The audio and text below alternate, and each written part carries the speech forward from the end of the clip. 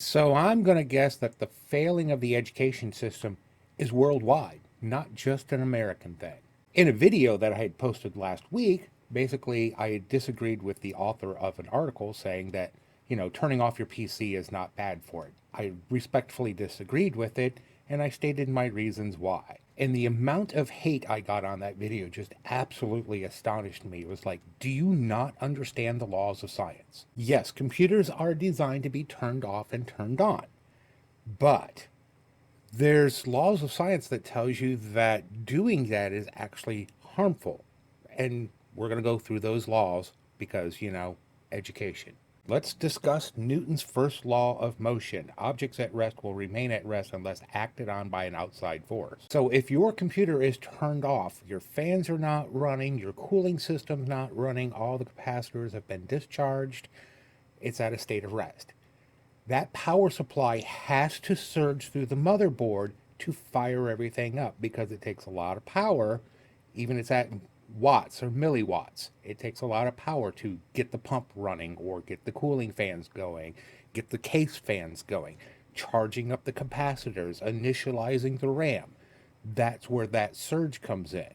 You note in that video, I never said about restarting your computer. You're restarting your computer is perfectly fine because those devices have not, even though there's no more power going to them, like the fans are still going and the pump is still working because it's winding down. So when you turn it back on a restart, the power goes back through, the surge is not as strong. It's because those parts and components are in a powering down state, and when you put power back to them, they power back up. Newton's first law of motion. Objects at rest will stay at rest unless acted on by an outside force. If it's already in motion, it takes less force to bring it back up to full power. The second thing was about the heating. When you turn it off, I had made the statement that that heat's got to go somewhere and it's going to radiate through your motherboard. That's thermodynamics. Concentrations of hot has to go to concentrations of cold. If you've got a cooling fan and you've got a radiator on it, obviously it's going to go through the radiator faster than everything else. However, if you have a pump, there is no radiator. There is no way for that heat to escape because the pump is not moving. So where's that heat got to go? Throughout your motherboard, because the motherboard is more conductive than the air around it. Again, thermodynamics. And the last rule that applies to a computer, and this is why I told you never to turn them off if possible, is hot things expand and cold things contract.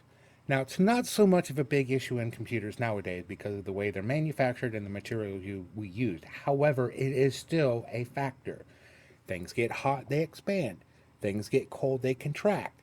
That leads to material fatigue, and it can and will eventually, over the course of time, if you're constantly turning on your computer and then turning it off to completely cool down, that's going to stress the components on your motherboard, and eventually those solder joints are going to fail, the trace lines are going to snap.